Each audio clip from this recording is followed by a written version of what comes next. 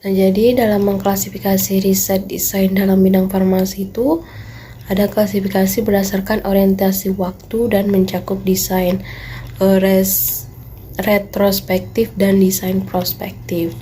Nah, yang pertama itu ada retrospektif. Jadi retrospektif ini mengamati apa yang telah terjadi di masa lalu, dan itu dimulai di masa lalu dan berakhir di masa sekarang.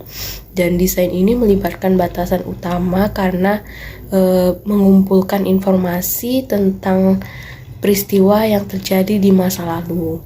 Nah, contohnya itu yang pertama itu kepatuhan pasien pada penggunaan obat antibiotik di rumah sakit Hanafi misalnya, yang dapat mengakibatkan resistensi.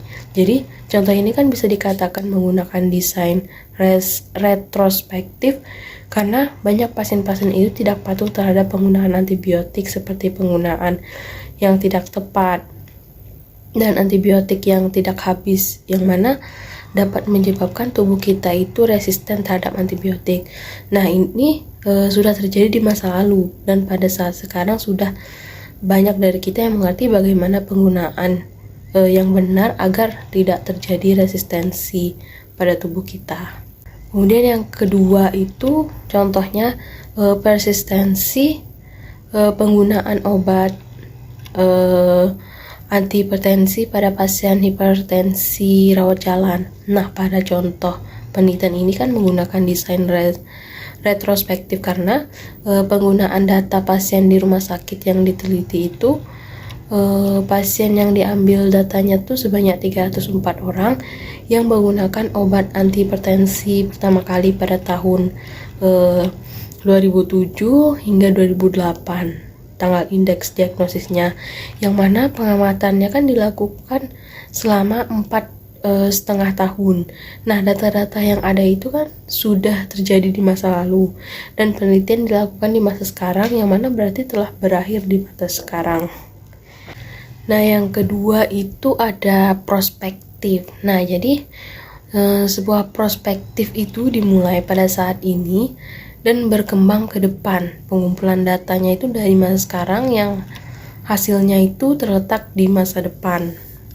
Nah, jadi contohnya itu yang pertama itu studi prospektif potensi interaksi obat golongan antibiotik pada pasien pediatri di Rumah Sakit Ananda Purwokerto.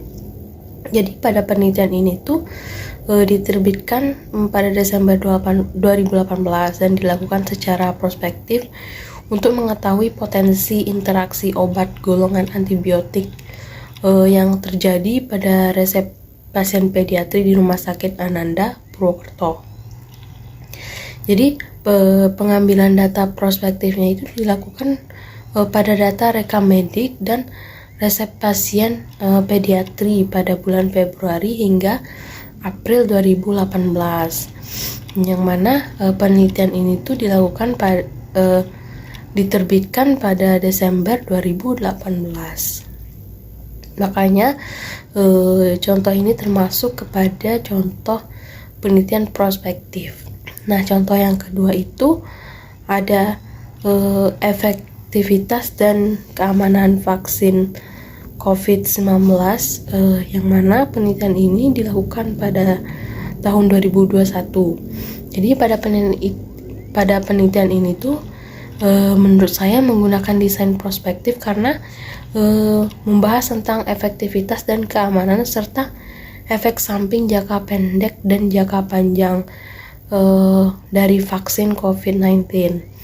Nah, yang seperti kita tahu bahwa untuk melihat bagaimana efek samping yang ditimbulkan itu menunggu waktu vaksin tersebut menimbulkan efek. Nah, yang mana pada akhirnya penelitian ini bisa disimpulkan bahwa vaksin COVID dalam uji klinis semuanya menunjukkan imunogenesitas yang menjanjikan dengan berbagai tingkat efektivitas perlindungan dan profil keamanan yang dapat diterima. Dan dapat dilihat bahwa COVID-19 sudah terjadi pada penelitian ini, namun kita melihat hasilnya di masa depan atau setelah beberapa hari kemudian setelah vaksin menunjukkan efeknya. Oleh karena itu Penelitian ini bisa dikatakan prospektif, penelitian prospektif.